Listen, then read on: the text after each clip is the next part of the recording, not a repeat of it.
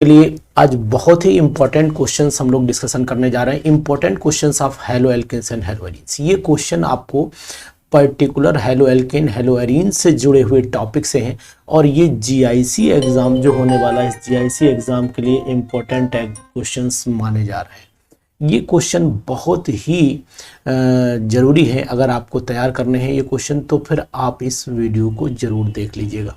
इस क्वेश्चन में सबसे बड़ी बात ये हो जाएगी कि आपको प्रैक्टिस जरूर करने को मिलेगी कि आखिरकार हमें लिखना कितना है, कितना लिखना चाहिए क्वेश्चन में। ये चीज़ हम यहाँ से जरूर जान लेंगे, तो इस वीडियो में बने रहिएगा। हम लोग स्टार्ट करते हैं पहला क्वेश्चन। क्वेश्चन क्या है वो जरा देख लीजिएगा। A dihalogen derivative X of the hydrocarbon with 3 carbon atoms react with alcoholic KOH. A dihalogen derivative X of the hydrocarbon, यानी कोई भी डाई हेलोजन डेरिवेटिव है।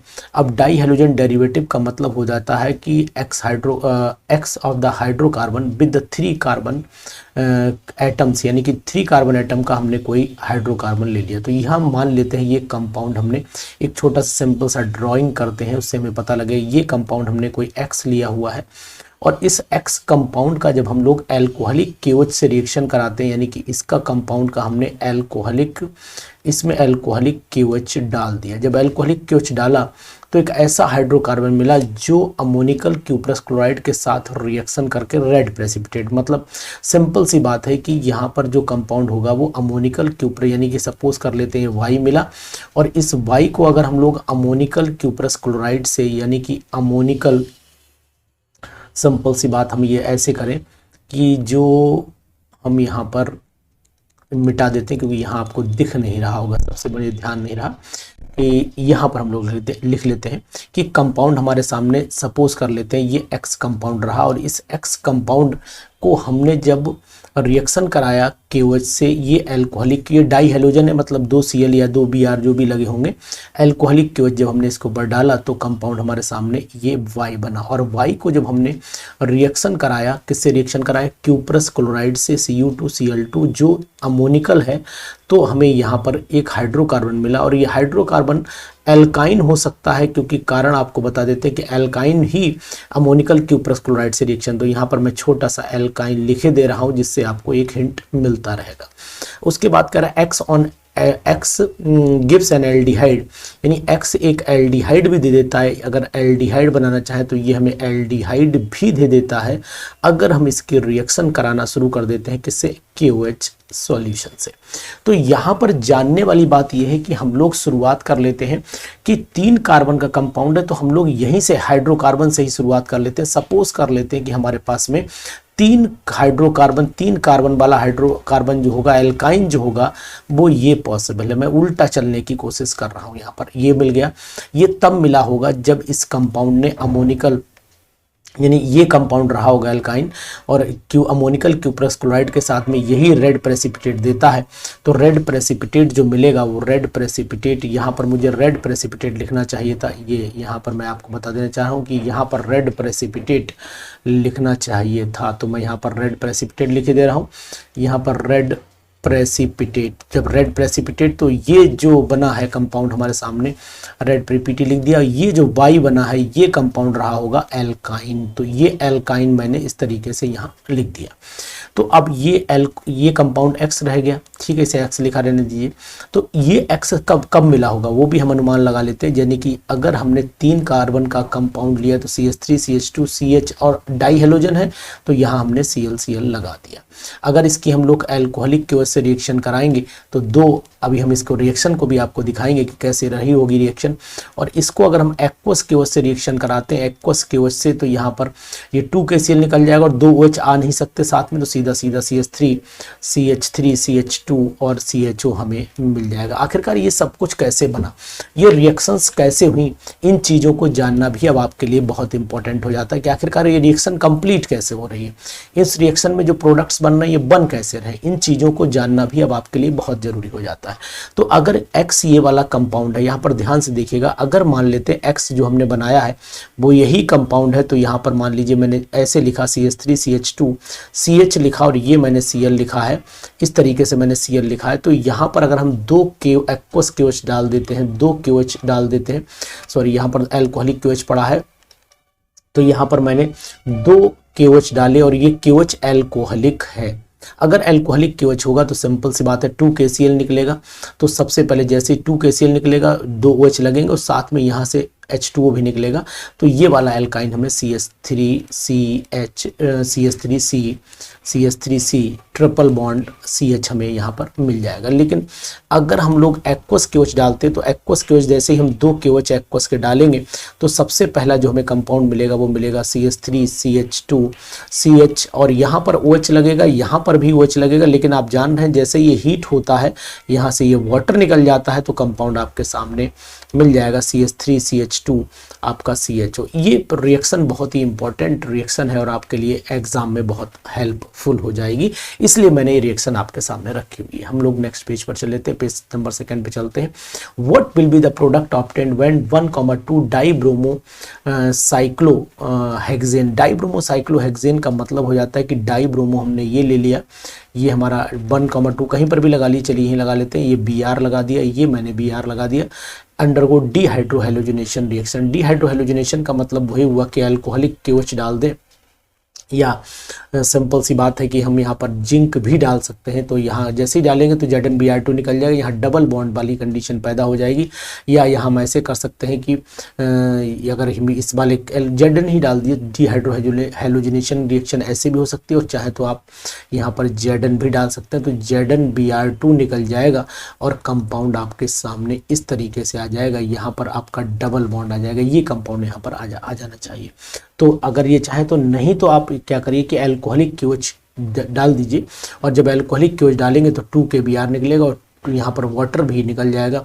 यानी कि अगर यहाँ पर देखें तो H होगा ना तो पॉसिबिलिटी कि यहाँ पर ट्रिपल बॉन्ड आने के चांस बढ़ जाएंगे, यानी कि यहाँ पर ट्रिपल बॉन्ड आ जाएगा, तो वो वाली कंडीशन बनेगी। लेकिन डिहाइड्रोहेलोजिनेशन है, केवल सिंपल दिया हुआ है, साइक्लोहेक्सेन का दिया हुआ है, तो फिर हम लोग जिंक ही डालें तो ज़्यादा बेटर रहेगा, है ना। अगर ट्रिपल बॉन्ड लाना हो तो फिर यहाँ पर अल्कोहलिक KOH डाल दीजिए, ट्रिपल बॉन्ड भी आ सकता है। चलिए उसके बाद क्वेश्चन नंबर 3 पे चल लेते हैं। क्वेश्चन नंबर 3 हमारे लिए क्या कह रहा है वो भी हम लोग देख लेते हैं। An organic compound C4H9Cl on a reaction with Na dry ether gives the hydrocarbon which on monochlorination gives only one chloro-derivative with the A। यानी एक ऑर्गेनिक कंपाउंड हमारे सामने है जो C4H9Cl है, जिसका रिएक्शन सोडियम ड्राई ईथर से कराते हैं, हाइड्रोकार्बन बनता है जो मोनोक्लोरिनेशन पर एक ही प्रोडक्ट बनाता है। तो इसके लिए हम लोग क्या कर लेते हैं, इसके लिए हम लोग आगे पेज पे जगह में चाहिए होगी, पहले मैं यहाँ पर C4H9Br लिख देता हूँ। C4 लिख दिया मैंने, यहाँ H9 लिख दिया और यहाँ पर मैंने Cl लिख दिया। इसका अगर हम लोग रिएक्शन Na और ड्राई ईथर से कराते हैं तो अब आप जान रहे हैं कि Na और ड्राई ईथर का मतलब ही हो जाता है वुड्स रिएक्शन। यानी इसकी हम लोग वुड्स रिएक्शन कराएं तो कंपाउंड ऐसा मिलेगा जिसका मोनोक्लोरिनेशन, तो मोनोक्लोरिनेशन का मतलब हुआ कि कंपाउंड फिर हमारे सामने इस तरीके का होना चाहिए। यानी कि हमारे पास 4 कार्बन C4H9 ही है, C5 मेरे पास लिखा है, क्वेश्चन चेक कर लेता हूँ, C4H9 ही रहना चाहिए। तो इसका मीनिंग ये हुआ कि अगर हम लोग यहाँ Cl लगा देते हैं, यहाँ पर मान लीजिए हमने CH3 लगा देते हैं, यहाँ पर भी हम लोग CH3 लगा देते हैं, यहाँ पर भी हम लोग CH3, तो ये कंपाउंड रहा होगा। तो इस कंपाउंड का अगर हम लोग ये कंपाउंड Na ड्राई ईथर बने ये रिएक्शन कराएं तो ये वाला कंपाउंड ये है ये, तो इसका अगर हम लोग डेरिवेटिव बनाने की कोशिश करते हैं तो पॉसिबिलिटी क्या होगी, यानी कि अगर हम इसकी रिएक्शन करा दें 2Na से और उसके बाद यही कंपाउंड इधर से लिख दें तो जो कंपाउंड हमें मिलेगा वो एक ऐसा कंपाउंड मिलेगा जिससे केवल एक ही मोनोक्लोरो डेरिवेटिव पॉसिबल है, चाहे आप कैसे बना लीजिए। नेक्स्ट पेज पे हम इसको आपको समझा दे रहे हैं। चलिए अब आ जाइए नेक्स्ट पेज पे, यहाँ पर आ जाते हैं। देखिए ये मैंने कंपाउंड लिया, ये लिखा मैंने यहाँ C, यहाँ लिख दिया मैंने CH3, यहाँ लिख दिया मैंने CH3, यहाँ लिख दिया मैंने CH3 और इसके बाद मैंने Cl लगाया। इसको यहाँ पर सोडियम लिख दिया, सोडियम के बाद यहाँ पर फिर मैंने Cl लिख दिया, इधर मैंने C लिखा, यहाँ CH3 लिखा, यहाँ CH3 लिखा, यहाँ पर भी मैंने CH3 लिखा। अब जनाब इसको आप सोडियम और ड्राई ईथर तो लगाइए और जैसे ड्राई ईथर लगा करके आप इसे हीट करेंगे तो यहाँ से तू ना चल निकल जाएगी, कि तू ना चल कहाँ चल पता नहीं, कंपाउंड मिलेगा हमें, देख लेते हैं। यहाँ पर CH3, यहाँ पर कंपाउंड आएगा CH3, यहाँ पर कंपाउंड आएगा CH3, यहाँ पर आएगा आपका C, यहाँ पर CH3, यहाँ पर CH3 और यहाँ पर CH। अब इसमें आप इसका क्लोरीनेशन कराइए तो जैसे या तो यहाँ पर क्लोरीनेशन होगा, मैं आपको बता दे रहा हूँ, या तो क्लोरीनेशन यहाँ होगा या यहाँ होगा या यहाँ होगा, यानी जहाँ भी होगा एक सिंगल प्रोडक्ट आपको मोनोक्लोरीनेशन डेरिवेटिव प्रोडक्ट, मोनोक्लोरो डेरिवेटिव ही मिलेगा आपको, ये पक्की बात है यहाँ पर। अब हम लोग अपने वापस पेज पे पहुँचते हैं। देखिए कौन कौन से क्वेश्चन मैंने लगाए हुए हैं। तो ये क्वेश्चन अब आपका हो गया ना, तो ये तो मैंने समझाने के लिए रखा था, ये डायरेक्ट यही कंपाउंड है जो मैंने यहाँ बनाया हुआ है। चलिए इसके बाद हम लोग देख लेते हैं, नेक्स्ट पेज पे चल लेते हैं। Name the product obtained when diethyl ether. अब डाईइथाइल ईथर क्या होता है वो देख लेते हैं। C2H5 पेन का कलर बदल रहा, चलिए बदल दिया मैंने आपकी राय में, मैं येलो लेता हूँ। C2H5 और OC2H5 लिया, ये कहलाता है कंपाउंड आपका डाईइथाइल ईथर। डाईइथाइल ईथर की जब कंसंट्रेटेड HI से रिएक्शन कराते हैं तो कंपाउंड क्या बनेगा, यानी कि 2C2H5I बनेगा। दो मॉलिक्यूल बन सकते हैं, दो मॉलिक्यूल की पॉसिबिलिटी है यहाँ पर, तो यहाँ पर साथ में निकाल दीजिएगा एक बूंद जिंदगी की, ये निकल गया वाटर। तो इथाइल आयोडाइड मिलता है, आप जान लीजिए इथाइल आयोडाइड यहाँ पर हमें मिल जाता है, समझिएगा ध्यान से। कंप्लीट द फॉलोइंग रिएक्शन में आइए। ये ग्रुप जो होता है ये मेटा डायरेक्टिंग ग्रुप होता है, और मेटा डायरेक्टिंग का मतलब ही हो गया कि सिंपल सा हमें यहाँ जो प्रोडक्ट मिलेगा वो यहाँ CCl3 और यहाँ पर हमें Br मिल जाना चाहिए। H3PO2 और वाटर से रिएक्शन कराएंगे तो हमें बेंजीन मिलता है, तो इस तरीके से कंपाउंड बेंजीन मिलता है, ये ध्यान रखिएगा। नेक्स्ट क्वेश्चन पे आ जाते हैं हम लोग। नेक्स्ट क्वेश्चन पे अगर इस कंपाउंड का देखिए कॉपर है, अगर सोडियम होता तो फिर हम लगाते फिटिंग रिएक्शन, लेकिन यहाँ पर कॉपर लिखा हो तो हम इसे लिटाल लेते। बहन जी को ऐसे लिटाल दीजिए, और बहन जी को लिटालने के बाद यहाँ पर NO2 लगा दीजिए और यहाँ Cl लगा दीजिए, यहाँ पर Cu लिख दीजिए, 2Cu लिख दीजिए, और उसके बाद यहाँ पर फिर दोबारा ऐसे ही Cl, और इन्हें ऐसे लिटालिए, और लिटालने के बाद जो है इनके यहाँ पर लगा दीजिए NO2, और यहाँ पर आप इसे क्या करिए सील्ड में हीट कर दीजिए, जो यहाँ लिखा है वो यहाँ लिख दीजिए। यहाँ से Cu2Cl2 निकल जाएगा, तो आप इसे Cu2Cl2 निकाल दें और डाईफिनाइल जैसा एक प्रोडक्ट मिलेगा। इस तरीके से आप इस प्रोडक्ट को यहाँ पर बना सकते हैं। यहाँ पर NO2 लगा दीजिए और यहाँ पर भी NO2 लगा दीजिए। इस तरीके से कंपाउंड आप बना सकते हैं। ये एक उल्मांस रिएक्शन के नाम से जानी जाती है, उल्मांस रिएक्शन के नाम से ये जानी जाती है, ध्यान रखिएगा इस रिएक्शन को। मैग्नीशियम और टेट्राहाइड्रोफ्यूरॉन है, तो यहाँ पर यानी क्लोरोबेंजीन हम ले लें, और क्लोरोबेंजीन की जब रिएक्शन कराएंगे तो यहाँ पर हमें ग्रिग्नार्ड भैया मिल जाएंगे, MgCl मिलेगा, जिसे हम लोग ग्रिग्नार्ड एजेंट के नाम से जानते हैं। CCl3CHO और कंसंट्रेटेड H2SO4 लिखा है।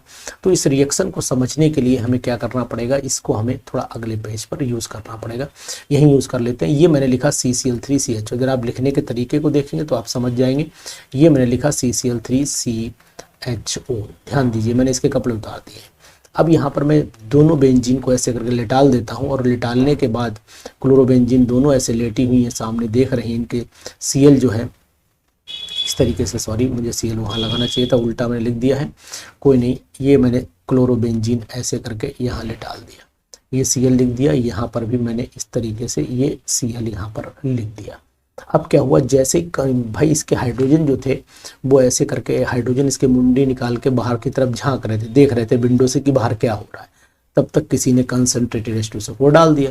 जैसे ही कंसंट्रेटेड H2SO4 पड़ा, यहाँ से ये वाटर इनके दोनों की मुंडी यहाँ से कट गई, और ये बॉन्ड जो डबल है फैले और बेंजीन में जाके यूँ लग गए, तो प्रोडक्ट हमारे सामने मिल गया Cl, यहाँ पर C, यहाँ Cl, यहाँ Cl, यहाँ C, नीचे हाइड्रोजन भैया लटक रहे हैं, और ऊपर यहाँ ये बेंजीन है ऐसे करके, और ये भी यहाँ पर बेंजीन है, और यहाँ पर Cl लगा लीजिएगा। ये कंपाउंड आपको पता लग गया होगा, DDT के नाम से जाना जाता है, डाइक्लोरो डाइफिनाइल ट्राइक्लोरोइथेन, यानी ये कंपाउंड आप समझ लीजिए। तो इस तरीके से हमने बहुत सारी रिएक्शंस आपके सामने रखी हैं, 10-5 रिएक्शन जो भी बताई, लेकिन ये रिएक्शन बहुत ही इंपॉर्टेंट है, इनको आप पढ़िएगा जरूर। इसी कैटेगरी के रिएक्शंस भी आपको एग्जाम में बहुत मदद करेंगी, तो आप इसको पढ़िए, समझिए और प्रैक्टिस करते रहिए।